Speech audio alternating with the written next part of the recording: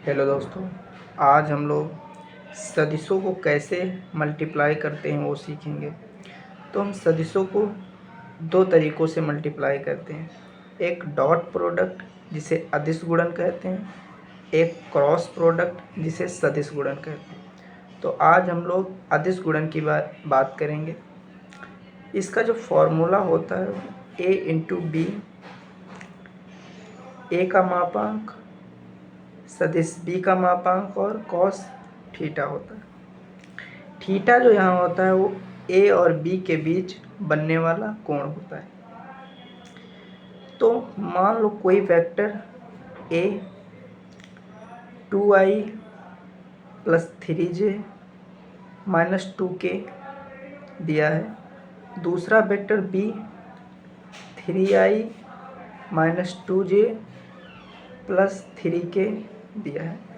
अब यहाँ पूछेगा कि इनका डॉट प्रोडक्ट कितना होगा, यानी a इंटू बी कितना होगा। तो सबसे पहले हम a लिखेंगे 2i plus 3j minus 2k का, और डॉट लगाएंगे। b लिखेंगे 3i minus 2j plus 3k का। अब i का i के साथ करते हैं, j का j के साथ करते हैं, k का k के साथ करते हैं। तो i का i के साथ, यानी 2 का 3 से गुणा 2 तियाँ 6 होगा, 3 का 2 से 2 तियाँ 6 होगा, लेकिन माइनस लगा है तो माइनस लग जाएगा।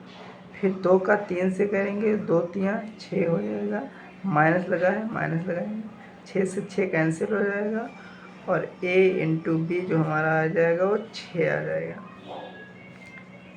अब ये भी ध्यान रखना है कि i इंटू आई जो होता है वो 1 होता है, k इंटू के जो होता है वो 1 होता है, j इंटू जे जो होता है वो 1 होता है, और i इंटू के जो होगा वो 0 होगा, i इंटू जे जो होगा वो भी 0 होगा।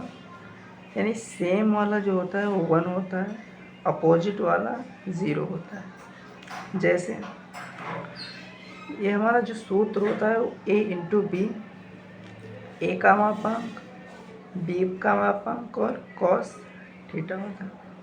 जब हम सेम का सेम से मल्टीप्लाई करते हैं, यानी डॉट प्रोडक्ट निकालते हैं, तो जब सेम का सेम से होगा, यानी जो थीटा होगा वो हमारा 0 डिग्री होगा, और कॉस 0 की जो वैल्यू होती है 1 होती है। और हमें जो वेक्टर लेते हैं वो यूनिक वेक्टर लेते हैं, यानी एकांक सदिश लेते हैं, तो इसका मान भी 1 हो जाता है, और इसका मान 1, और कॉस 0 का मान 1 होता है। इसीलिए जो आता है वो 1 आता है जब हम a इंटू ए निकालेंगे, जब ये यूनिट वेक्टर लेंगे।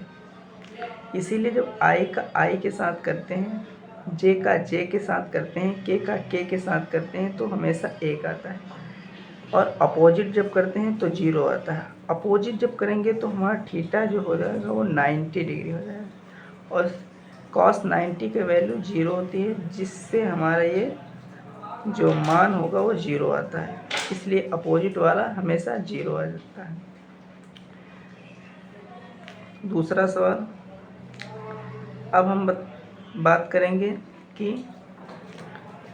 जब सदिश हमारे दो परपेंडिकुलर हो, परपेंडिकुलर यानी थीटा जो हो हमारा 90 डिग्री, जब थीटा 90 डिग्री होता है तो जो a इंटू बी आता है वो हमारा 0 आता है। ऐसे ही एक सवाल दिया जाएगा कोई, और आपसे पूछा जाएगा कि दोनों सदिश लंबवत बताइए, यानी वो परपेंडिकुलर हो, a इंटू बी निकालने को कहेगा। धन्यवाद।